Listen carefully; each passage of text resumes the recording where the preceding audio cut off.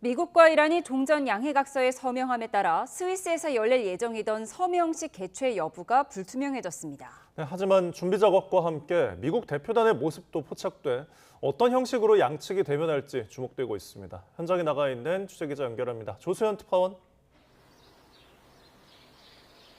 네, 스위스 뷰리겐슈토크 리조트 인근입니다. 네, 미국과 이란의 대면 접촉을 하루 앞두고 있는데 현장 분위기 어떻습니까? 네, 미국과 이란이 종전 양해각서를 체결할 장소로 발표된 뷰리겐슈토크 리조트 내부를 직접 둘러보고 왔는데요. 일단 접근부터 쉽지 않았습니다. 가파르고 꼬불꼬불한 산악길을 따라 한참을 올라간 뒤에야 입구가 나왔습니다.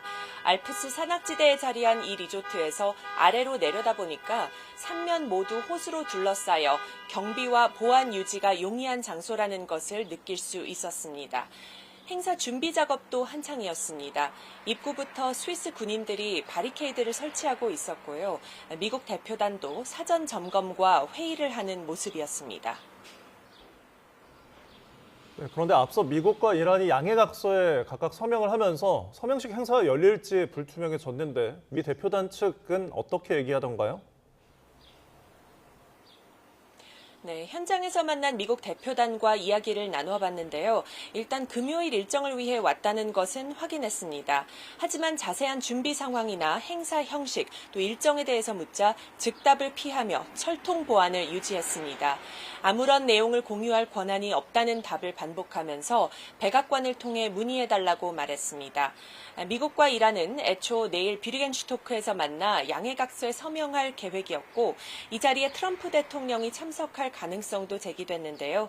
트럼프 대통령은 프랑스에서 G7 정상회의를 마친 뒤 오늘 귀국길에 올라 스위스로 오지는 않을 것으로 보입니다.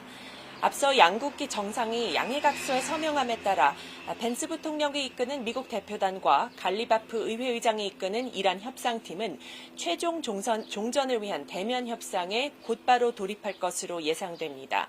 다만 서명식이 어떤 형식으로든 열릴 가능성도 아직까지는 완전히 배제할 수 없다고 외신들은 전했습니다. 스위스 정부는 미국과 이란이 파키스탄, 카타르 등 중재국들과 함께 예정대로 내일 뷰리겐슈토크에서 만나 종전 합의 이행을 위한 협상을 시작할 계획이라고 밝혔습니다. 네, 본 협상에서 최대 관심사 가운데 하나가 호르무즈 해협 재개방 문제인데 이란 측이 완강한 입장을 다시 확인했다고요? 네, 그렇습니다. 60일의 본협상이 끝난 뒤 호르무즈 해협 통제권과 통행료 문제가 어떻게 정리될지 불확실성이 큰 상황인데요. 이란은 60일간의 무상통항 기간이 끝나면 호르무즈 해협을 통과하는 선박에 요금을 부과할 것이라는 입장을 재확인했습니다. 갈리바프 의장은 전쟁 이전 상태로 돌아가지 않는다면서 이란이 제공하는 서비스에 대한 요금을 받을 것이라고 밝혔습니다. 다만 국제법이나 해상 항행을 거스르는 방식으로 행동한다는 의미는 아니라고 강조했습니다.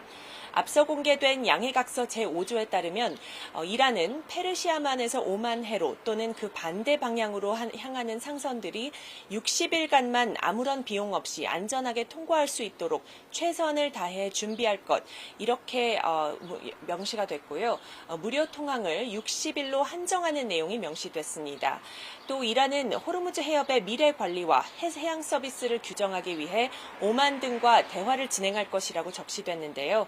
이란은 60일 동안만 아무런 비용 없이 이 문구를 근거로 해당 기간이 끝나면 민간 선박에 수수료를 징수할 수 있다는 입장을 내세울 것으로 보입니다. 이는 호르무즈 해협이 완전히 자유롭게 개방되고 통행료가 아예 없을 것이라는 트럼프 대통령 발언과 배치된다는 점에서 새로운 논란을 예고하고 있다는 평가도 나오고 있습니다. 지금까지 스위스 뷰리겐슈토크 리조트 인근에서 YTN 조수연입니다.